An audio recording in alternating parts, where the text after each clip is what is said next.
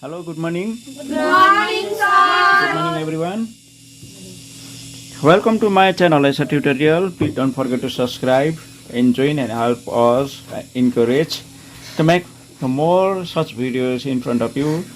यहाँनिर के लेखेको छ भन्दाखेरि चाहिँ हाम्रो आजको लेसन क्लास 6 को हो अनि सब्जेक्ट म्याथ हो chapter of 4 exercise 4.1 question number 6 हो क्वेसन नम्बर 6 मा consider the following figure Consider the following भएन consider the following figure Consider the following figure of line of line MN. MN. Say whether the following statement are Say whether the following statements are true or false in the context true or false and context context of the given figure. of the given figure. यहाँनिर figure छ अब यहाँनिर true and false लेख्नु पर्यो कुरा बुझ्यो हेर्नु है यहाँ QMONP are points on the line MN यो MN लाइनमा नि QM आर अन भनेको छ नि Q छ यसमा छ M छ O छ N छ R on the line MN. True कि false हो? True कि false? Answer A. यति सजिलो छ. True कि false?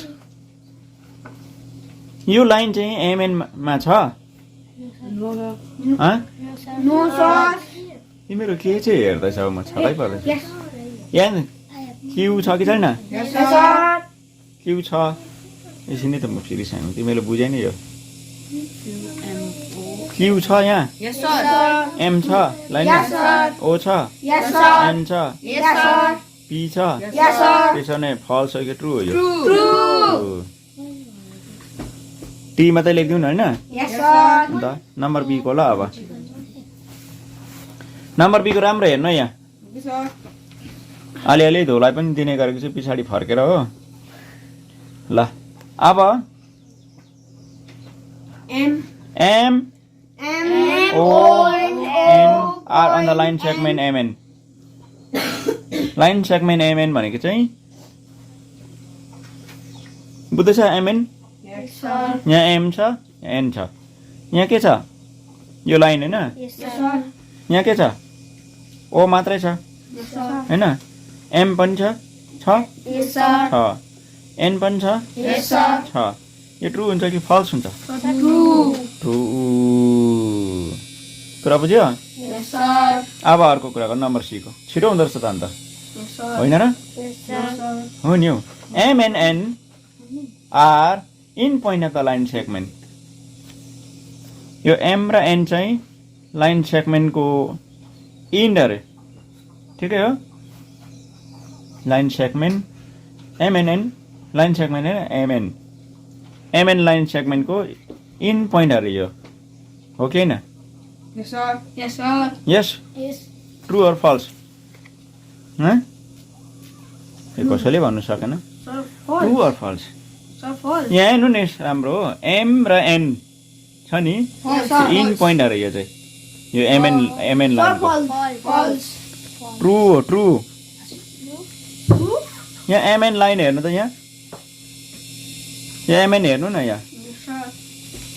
अन्त यो लाइन सेगमेन्टको चाहिँ इन्डिङ यहाँ छ यसको इन्डिङ यहाँ छ अन्त इन पोइन्ट भनिरहेछ राम्रो हेर्नु न कस्तो खालको हो नम्बर डी को कुरा गर्नु राम्रो हेरेर है यो त सबै ट्रू फल्स भनेर हुँदैन सबै बिग्रिन्छ नि फेरि अब ओ को कुरा गरौँ नम्बर डी को ल Yes, sir. O and N are the in point of the OP भनेपछि ओपी लाइनको राम्रो छ यो ओपी लाइन यहाँदेखि यहाँसम्मको यो लाइन देख्दैछ Yes, sir. यहाँदेखि यहाँसम्म एउटा लाइन ओमा इन भएको छ अर्को लाइन Pima. पीमा इन भएको छ तर यहाँ चाहिँ ओ र यहाँ ओ छ अरे उता चाहिँ एन छ अरे राइट हो No, sir. No False. यो चाहिँ हुन्छ फल्स कुरा बुझ्यो Yes, sir.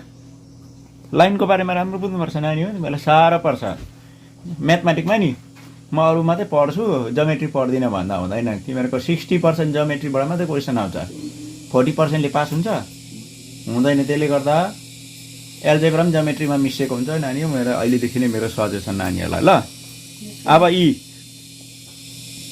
नम्बर को कुरा राम्रो बुझ्नुपर्छ सानैदेखि नै ल नानीहरू m is the one point in हैन m is the one of the end point of the line segment OQ यो के हो लाइन जहिले पनि हाम्रो end point ले बनिएको हुन्छ कुरा बुझ्यो Yes, sir. अन्त यहाँ m end point छ यहाँ यही हेर्दै चाल पाउँछ end point भनेको के हो लास्टको पोइन्ट हो नि त हैन Yes, sir. हो यो No, sir. ह No, sir. True or false False. False number को फल्स इन पोइन्ट के छ यसको नम्बर मा नम्बर को इन पोइन्ट भन्नु त Q. O. क्यू एउटा इन्ट क्यू अर्को इन्ट O. ओ हो हो तर यहाँ चाहिँ के भन्दैछ एम एममा इन भएको छ अनि त्यति कारण त्यसै गर्नु गर्दा फल्स हो कुरा बुझ्यो Yes, sir. अब नम्बर एफमा जाउँ M is midpoint on ray OP कहाँ छ हेरौँ है त अब जस्तो यो रे ओपी यो भयो होइन Yes, sir. ओपी रहेछ अन्त एम चाहिँ मिड पोइन्ट अरे के हो am is point on ray OP भनेपछि यता छैन कुरा बुझ्यो Yes, sir. रे भन्नाले एउटा पोइन्टबाट उता मात्रै गएको हुन्छ Yes, sir.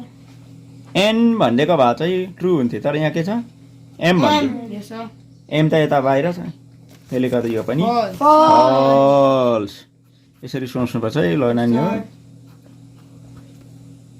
पछाडि एन्सरमा लेख हेर्दै एप नम्बर बीको टी भन्दै लेख्यो भने कहिले पास हुँदैन अब एच जीमा जाउँ है रे ओपी देख्दैछ Yes, sir. देख्दैछ Yes, sir. अब हेर्नु यहाँनिर नम्बर जीमा रे ओपी इज डिफ्रेन्ट फ्रम रे क्युपी ठिकै हो Sir, sorry, Irgako, sir. रे ओपी इज डिफ्रेन्ट फ्रम रे क्युपी ओपी विचार गर्नु त ओपी क्युपी चाहिँ कहाँ छ एउटै रे हो यो हेर्नु त क्युपी पनि उतै छ ओपी पनि यतै छ तर डिफ्रेन्ट भन्दैछ राइट हो राइट हो नो फल्स हो कुरा बुझ्यो Yes, sir. किनभने सेम हो यो एउटै रे हो यो क्युपी ओपी क्यूबाट पनि पीमा इन हुन्छ ओबाट पनि पीमै क्यू इन हुँदैछ कुरा बुझ्यो Yes, sir. यो हुन्छ डिफ्रेन्ट भन्दैछ त्यसले गर्दा यो फल्स भयो कुरा बुझ्यो फल्स अब जाउँ अर्को नम्बर एच को रे OP is same as ray ओएम हो ओपी कहाँ छ ओपी सेम एज ओएम यसो गर एउटै हो No, sir.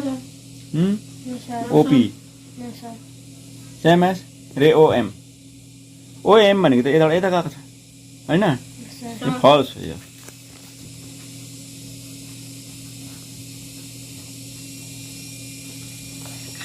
ल अब अर्को आयो आई Yes, sir. हो ray OM is not opposite to ray OP हो रे ओएम कहाँ छ यो Yes, sir. Not opposite opposite होइन अरे अपोजिट छ होइन रे ओपी अब ओपी उता छ यो यता छ अपोजिटमा छ अपोजिट कस्तो हुन्छ एउटा यता गएको छ यता जानेलाई अपोजिट भन्छ Yes, sir. Yes, sir. यहाँनिर के छ नट अपोजिट भन्दैछ होइन Yes, sir. अपोजिट छ नि यो त्यसैले गर्दा यो चाहिँ फल्समै आयो आयो Hmm. जी लेख्नु Sir, I.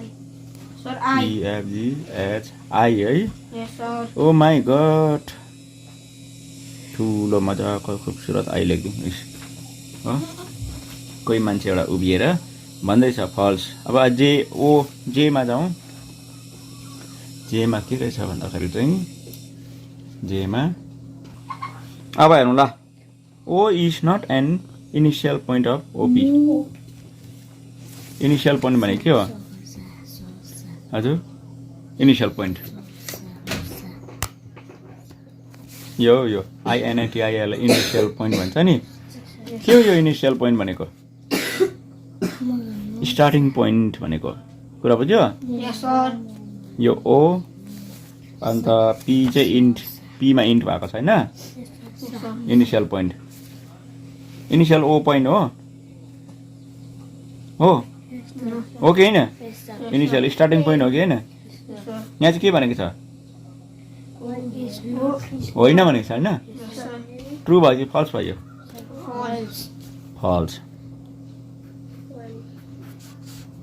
फल्स अब लास्ट रह्यो K. के N.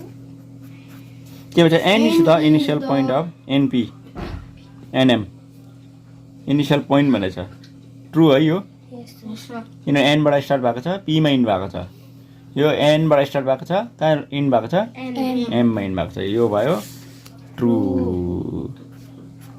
Finish Yes, sir. ल congratulation to you my dear childrens र यस्तै म होमवर्क लिएर म तपाईँलाई दिँदैछु धैर्य धारण गर्नु होला कुरो बुझ्नुभयो Yes, sir.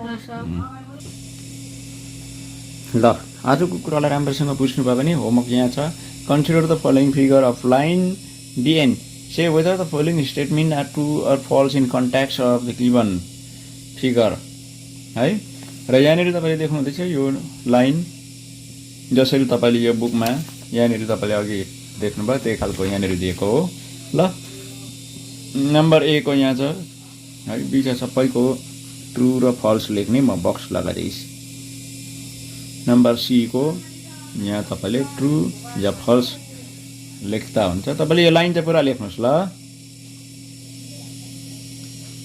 यसको पनि बक्स यहाँ छ तपाईँ आफै क्वेसन पढ्नुहोस् लो मैले यहाँनिर राखिदिएको छु भिडियोलाई अलिकति पज गर्न सक्नुहुन्छ र अलिकति पछाडिको यहाँनिर हाम्रो एन्ड हुन्छ ल अब त यहाँबाट बिदा गरौँ है 4.1 को प्राय सकिएको छ र अब हामी 4.2 को लागि अर्को भिडियोको लिङ्क तल डिस्क्रिप्सन बक्समा दिएको छ तपाईँले त्यहाँबाट हेर्नु होला